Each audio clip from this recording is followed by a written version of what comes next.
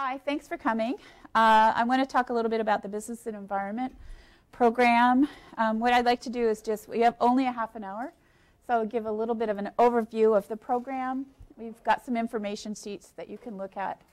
And then I have, I think, 3 of our current students in the program who are going to talk a little bit about their experience. And thanks so much for you guys coming. I really appreciate it. So basically, what we've done here is for years we've had sort of a focus on business and environment that was in 2 places. As you know, I've been here for 15 years, and the Business and Environment program was a concentration within the Environmental Economics and Policy program. And we had another faculty member who is no longer going to be with us next year, who was really an engineering sort of focused person who looked at sustainable systems and had a sustainable systems certificate. And the 2 of us got together and we decided to launch this Business and Environment program on its own.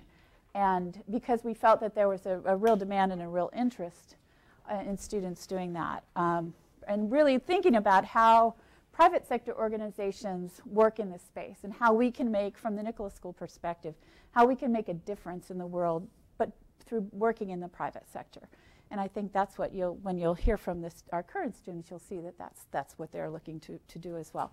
But not only, I should also say, not only private sector organizations, there's some material right there, but organizations. So our frame of reference is organizations. How can organizations, mostly private sector, but also other kinds of organizations, nonprofits like universities, how can they make a difference in society by managing for sustainability? So what we've come up with, and so one thing to say is this is not an MBA light. So we have a dual degree MBA, MEM program, but what we're doing here in the Business and Environment program is training the Nicholas School students the way we always do, which is really to be connectors between science and society, or science or within sustainability science or environmental science within organizations. So you're not being trained to be a strategic analysis or a financial analyst or a logistics analyst in the way that you would be trained if you went to get an MBA. You're actually getting experience and learning in environmental sciences, in a broad array of environmental sciences, but you're also learning some tools that we think are important to be engaged in organizations. So just to talk a little bit about those requirements, we have, you have the longer sheet which talks about the requirements. And so there are some core courses that you have to take. There are also applied methods courses. We feel really strongly here at the Nicholas School about teaching you methods, tools that you can take into organizations and actually apply them on day 1 and make a difference. And then we, of course, want you to have really a knowledge about how environmental science works. There's a little bit of a typo on this page. It should say physical and natural sciences. It's not just physical sciences. It's physical and natural sciences. And then the fourth component of the program is concentration electives. These are courses that we think might help you in organizations. I was just sitting down with Bobby a few minutes ago, and we were going through her course program, and she was saying, well, what about this course? And I said, oh, that's a good idea. I didn't even think of that.